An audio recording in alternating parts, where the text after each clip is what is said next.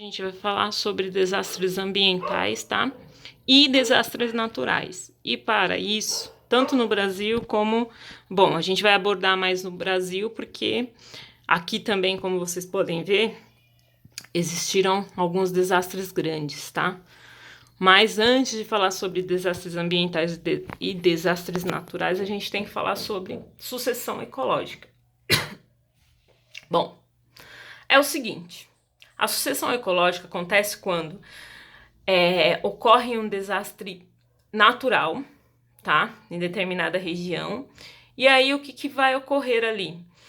Uma revitalização daquela floresta, daquele local.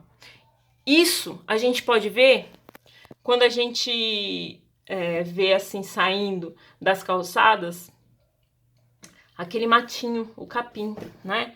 Aquilo é uma tentativa da natureza se sobressair. Seria, sim, uma sucessão ecológica. Então, se a gente retira toda aquela capa de cimento da calçada, vocês vão perceber que as espécies vão surgindo. Isso é uma sucessão ecológica, tá? Natural. Bom, e aí ela vai ser de dois tipos: primária ou secundária. Na sucessão ecológica, primeiro, né? Vamos mudar aqui, vamos ler o conceito de sucessão ecológica. São regiões aparentemente inabitáveis que abrigam espécies pioneiras que dão lugar a espécies cada vez mais evoluídas, tá? Então começa lá com espéciezinhas que a gente acha que não são de nada e depois elas vão dando lugar a plantas cada vez maiores, tá? Bom, existem dois tipos: a primária e a secundária. A sucessão ecológica primária é aquela que ocorre, que tem início com a colonização de uma área nunca antes habitada. Então, isso só aconteceu aqui na Terra após o Big Bang e após cada uma das grandes devastações que ocorreram, né? Que foram 5. Aquela dos dinossauros no período Jurássico foi a mais falada, né? Por conta do meteoro que caiu aqui e exterminou, né? Então foram 5 extermínios da vida na Terra, tá? Então vamos dizer assim que como a vida começou, entre aspas, do quase zero, então a gente teve ali as sucessões ecológicas primárias. No caso de, por exemplo, há um desastre natural, erupção vulcânica, é um desastre natural, certo? O vulcão, a lava vulcânica, ela vai exterminando a vida conforme ela vai caindo, né? Então, se eu tenho uma mata, uma floresta em volta do vulcão, quando ele entra em erupção, o que vai acontecer? Ele vai exterminar com a vida ao seu redor. Onde a lava vai acabando, vai matando a vida. E aí, o que vai acontecer? É uma sucessão ecológica secundária porque ele vai exterminar, só que com o passar dos anos, né, ali vai ocorrer essa revitalização, tá? Então, em cima das rochas, rocha magmática, vai acontecer o aparecimento dessas espécies pioneiras, que são líquens, musgos e gramíneas, tá? E aí, ali, essas espécies pioneiras vão dando, né? Elas aparecem primeiro, depois elas vão dando lugar aos arbustos, né? Que já são um pouquinho maiores. Depois vai se tornando uma mata intermediária, até que vai evoluir a uma mata bem semelhante à original. A cada erupção vulcânica, por exemplo, ocorre essa sucessão ecológica. Um vulcão ativo, ele não entra em erupção a todo momento, né? Ele tem, assim, uma atividade que pode chegar a 20 anos, 30 anos, né? 50 anos sem entrar em atividade.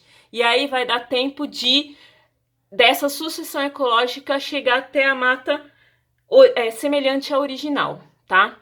E aí, quando chega nessa mata semelhante à original, a gente chega à comunidade clímax, que é uma comunidade mais complexa e estável, tá? Então, quando chega nessa mata semelhante à original, a gente vai ter grandes árvores naquela floresta, naquela região, certo? E que, se esse vulcão, no caso, né, de erupção vulcânica, se essa mata estiver ao redor de um vulcão, se ele entrar em erupção novamente, vai se acabar e aí vai dar origem a outra sucessão ecológica, tá? Que vai levar lá 10, 20 anos, 30 anos até para que ela fique com a mata semelhante à que era antigamente. Tudo bem? É semelhante, nunca igual. Bom, aí qual é a diferença entre o desastre natural e o desastre ambiental? O desastre natural, ele não tem ação do homem, tá? Ele é a natureza agindo. Então pode ser um vulcão, como eu disse, pode ser uma tempestade grandiosa, pode ser os ciclones, né? Isso tudo são desastres naturais, certo? Ah, professora, mas o ciclone, ele pode ser por conta do aumento de temperatura nos oceanos, né? Ele pode ficar intensificado por conta disso. Sim, só que, mesmo assim, tem uma mãozinha do homem, né? A gente pode dizer que tem, porque a intensificação do efeito estufa causa esse aumento da temperatura nos oceanos, só que mesmo assim, o ciclone, por si só, ele não é produzido pelo homem, tá? Pode ser por conta de uma ação, mas não produzido diretamente pelo homem. Por isso que ainda é um desastre natural. Os desastres ambientais, né? Eles são provocados, eles têm ação que a gente chama de antropogênica, tá? Porque eles são provocados pelo homem. Então, por conta de retirada de minérios, de retirada de petróleo e outras coisas mais, acontecem esses desastres ambientais, certo? Que aí vai ser muito difícil ocorrer uma sucessão ecológica nesse local, nessa comunidade, tudo bem? Bom, aí os desastres ambientais, vamos dizer assim, maiores que ocorreram no Brasil. O primeiro foi no ano de 2000, tá? Vamos dizer os mais recentes, tá, gente? Que foi o vazamento de óleo na Baía de Guanabara. Esse vazamento de óleo foi justamente por conta da retirada de petróleo, tá? O petróleo, ele fica geralmente no subsolo abaixo dos oceanos. Então, geralmente, os navios petroleiros, toda aquela plataforma de petróleo fica nos oceanos. Se ocorre algum vazamento em algum duto, é um desastre grandioso que acontece, tá? E eles não são poucos. Aí teve um incêndio na Ultracargo no Porto de Santos, em 2015. O rompimento da barragem de Mariana, Minas Gerais, em 2015 também, que a gente vai falar um pouquinho melhor, tá?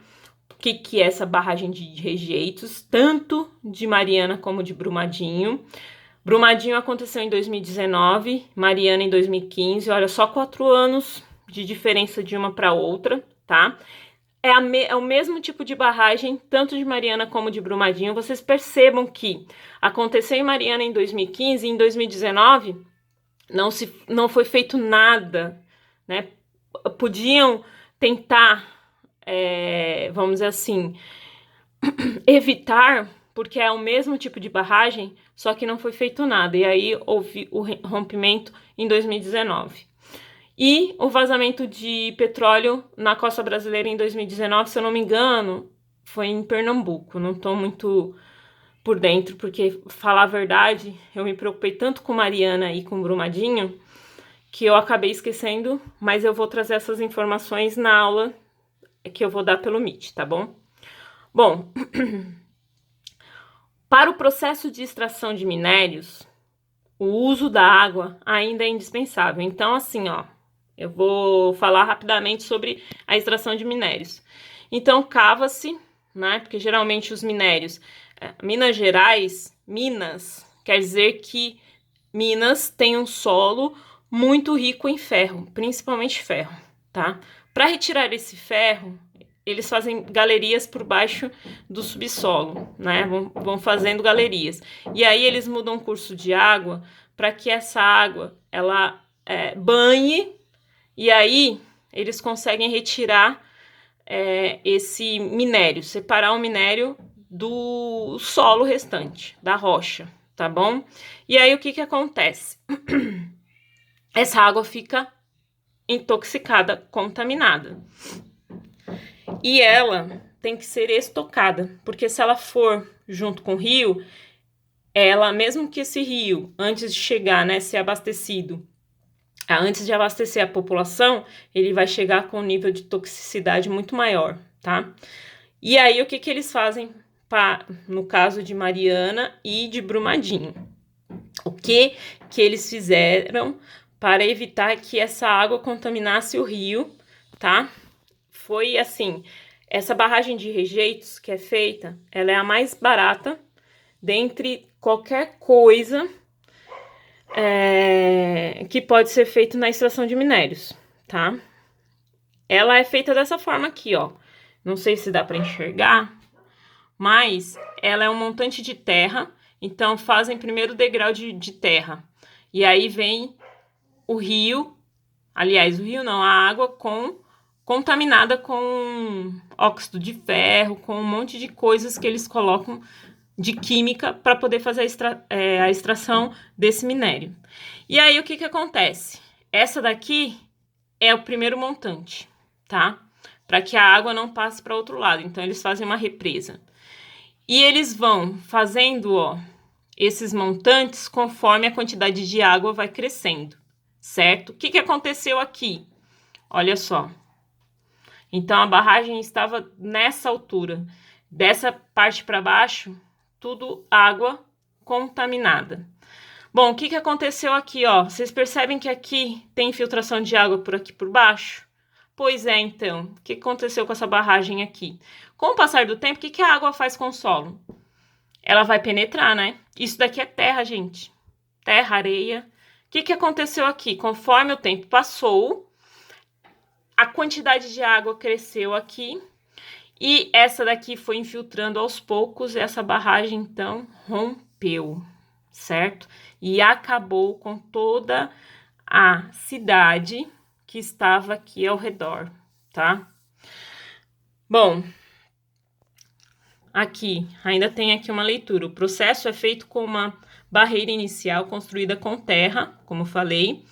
Quando os rejeitos acumulados chegam próximo da capacidade máxima, se acrescenta um degrau, olha só,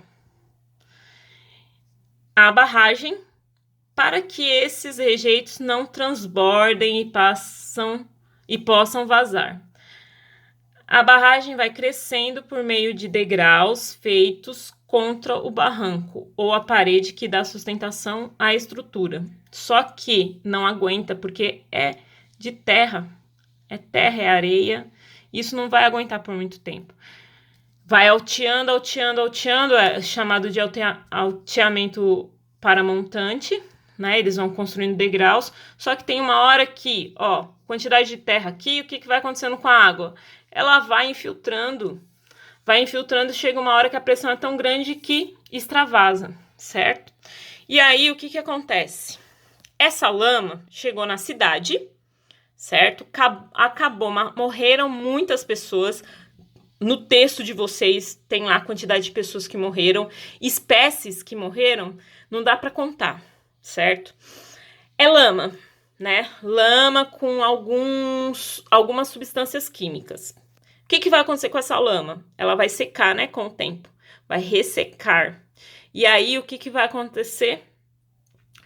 Ela resseca e não tem condições de acontecer a sucessão ecológica. Não existe líquen, não existe musgo que vai habitar essa região de lama seca.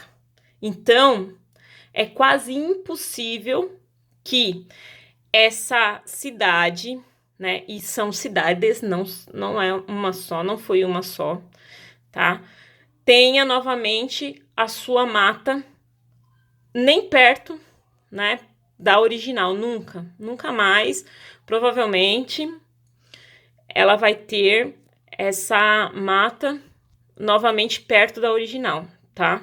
Por conta disso. Por isso que é um desastre ambiental. E todos esses daqui, ó, que aconteceram no Brasil, a gente teve perda, né? Esses vazamentos de óleo na Baía de Guanabara, no Oceano Brasileiro, todos esses tiveram vidas, seres vivos que morreram, né? E provavelmente aquela parte onde ocorreu o vazamento meio que morre.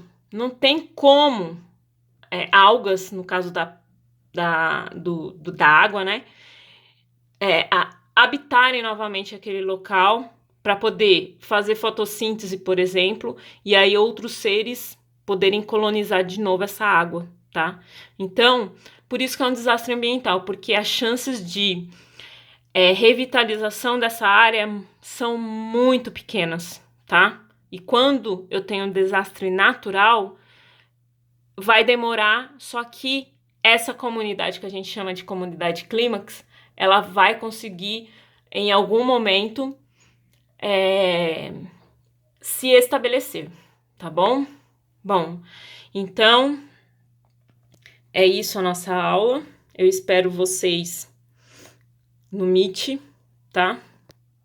E muito obrigada pela atenção.